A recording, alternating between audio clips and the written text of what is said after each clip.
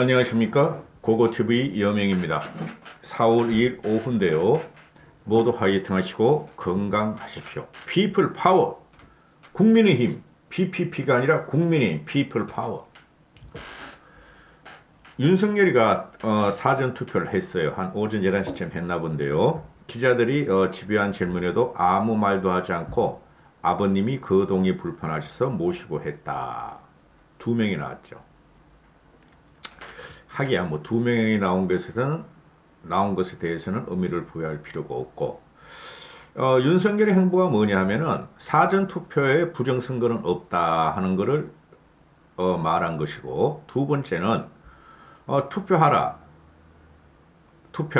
그리고 심판하라, 그러면 바뀔 것이다 하는 메시지를 낸 거죠. 그렇죠. 본투표에 할 수도 있는데 왜 사전투표를 했냐. 윤석열이가 사석에서 이런 말을 했다 그러죠. 이 나라가 어떤 나라인데 개표 조작이 되겠나? 개표 조작은 있을 수도 없다. 정교한 기술과 수많은 개표 참관인들이 있는데 도대체 어떤 사람들이 사전투표 조작설을 퍼뜨리는가? 되지도 않는 말을 퍼뜨리는 그런 사람들에 대해서 강한 거부감을 표시했다. 이 말을 윤석열이가 사석에서 여러 번 했답니다. 맞는 소리예요.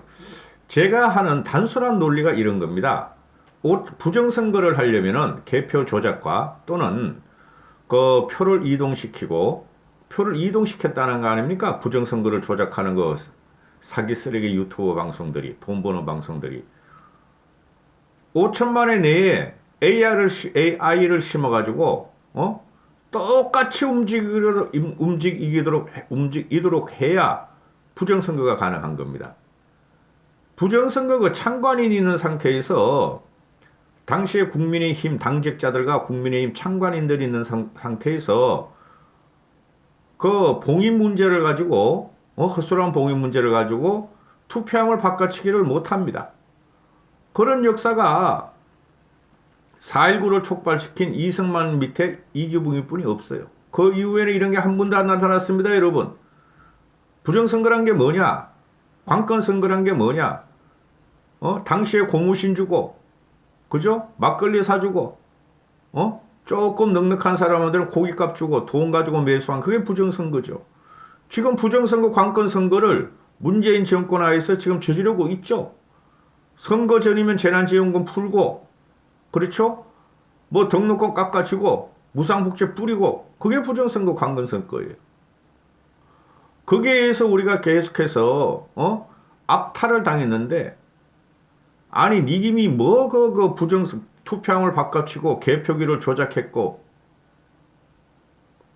그러면 어떻게 돼요? 지금 윤석열 같은 경우가 강력한 야권의 주자죠. 윤석열을 지원하는 세력이 대부분 국힘 지지자들이죠. 그럼 윤석열이 남은 거 뭐예요? 중도와 젊은 층을 자기 쪽으로 가져와야 되죠. 똑같아요. 공학적으로 보면은 이 대권의 정치 논리가. 그렇죠? 근데 극히 일부 한 100만 명 정도 되는 유튜버 세력, 사기 쓰레기 돈벌레 유튜버 세력들이 부정선거를 팔아먹으면서 자기들 개인적으로 돈을 벌었단 말이죠. 유튜브 운영진들이. 그죠?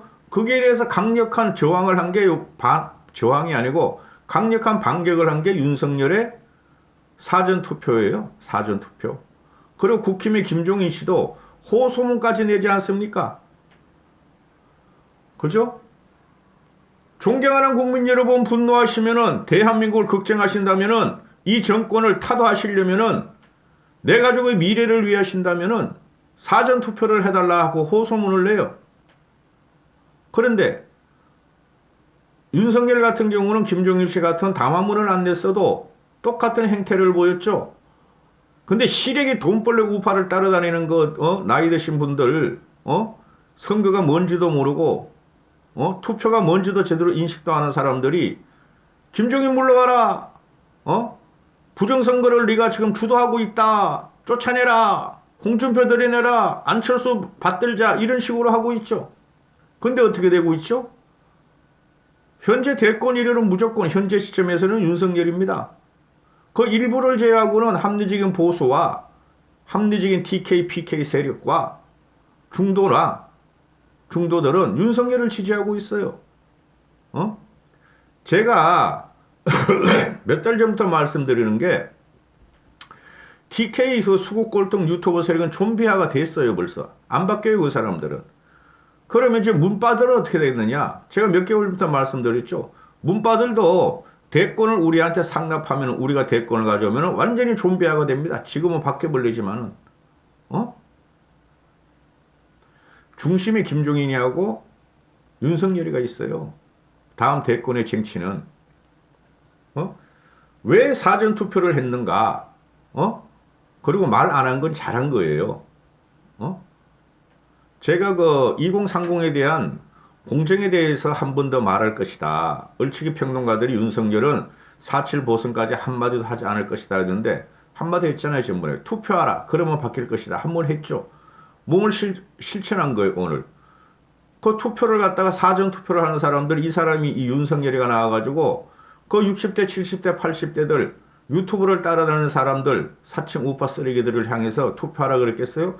2030이 한테 하라 그런 거예요. 중도층한테. 제가 일주일 전에 말씀드렸지 않습니까? 투표하라. 그러면 바뀔 것이다. 그 메시지를 내고 오늘 아버지를 모시고 투표를 했어요. 그럼 이 아버지하고 보시죠. 억지로 연관시킨다 그러지만은 그렇지 않습니다. 오바가 아니고 아버지가 지금 김종인 씨하고 상당히 밀접한 그 아버지 윤기중 연세대 명예교수가 상당히 밀접한 관계를 유지했다. 그리고 윤여준 얘는 책사가 못 돼요. 환경부 장관 했더니 얘는 맨날 여기저기 쫓아다니면서 윤여준이 가는 곳마다 실패를 해요. 그런데 김종인 씨는 가는 곳마다 승리를 해요. 그러면 윤석열의 아버지 윤기중 연대 교수하고 김종인 씨 과거에 서강대 교수하고 윤여준 이건 뭐 하여튼 끼는 거고 또 김영석 교수 뭔가 그림 그리지 않습니까 여러분? 아니 아버님이 몸이 거동에 불편하시면은 꼭 윤석열이가 올 필요는 없죠. 다른 자식들도 있을 거 아닙니까? 그렇죠? 그림 그리시죠? 이게 지금 윤여준이 빼야 돼 근데 솔직히 윤여준이 이거 너무 야갔어. 그리고 깊은 통찰력이 없어 윤여준이는. 그러니 이 그림이 그려져요. 그러면 요번에 투표한 게 누구한테 포효를 한 것이냐? 묵묵부담으로 들어갔지만은 잘한 거예요. 국힘에 입당을 하냐 안 하냐. 그런 말을 왜 하니 기자들은. 국힘 입당 안 해 임마. 김종인 씨가 주도권을 안 가지면은 윤석열이 절대 국힘 입당 안 해. 안철수는 요번에 끝나자마자 그냥 내가 국힘을 위해서 이만큼 오세훈이나 박형준을 도와줬으니 나한테 지분을 달라 그럴 거야. 얼른 들어가려고 그럴 거야. 미쳤다고 윤석열이가 안철수 밑에 들어가냐? 이 기자 이놈들아. 말도 안 되는 소리가 하고 있어. 김종인 씨가 없으면 안 들어요. 김종인 씨가 있는 한, 근데 뭐 나오신다니까. 나오는 한 안철수는 국힘 입당해봐야 힘도 못 써. 6년 후를 가야 돼, 6년 후. 6년 후 가면 안철수 나이 70이야. 아유, 징글징글해, 진짜. 그래, 사전투표 독려한 건데, 나는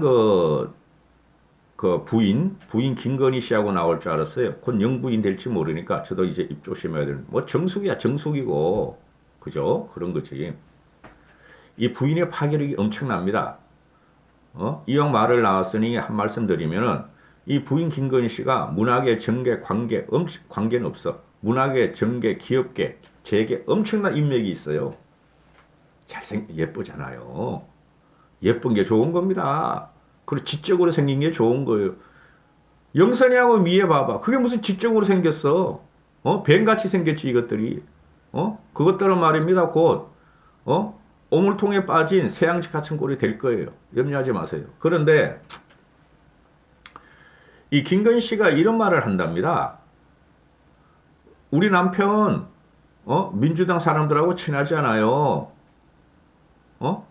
김한길이 정대철 그런 사람하고 친하지 않아요. 그 자꾸 언론에서 그렇게 말하는데요. 그거 거짓말이에요. 이렇게 주위에 지금 말하고 다닌답니다. 김건희 씨가. 뭘 의미하겠어요? 좌파 쪽으로는 안 간다. 문재인 지지 세력을 문재인을 처음부터 지지하다가 나중에 이탈한 세력이라서 그 친구들하고는 안 어울리겠다. 이런 말을 한 거죠. 그럼 안철수도 어떻게 돼? 처음에 문재인하고 어울렸잖아요. 김건희 씨가 지금 거르고 다닌대요. 응? 주위에. 말씀드렸죠. 김건희 씨가 문화계, 경제계, 재계, 그 다음에 아는 정계에다가 그렇게 말을 한답니다.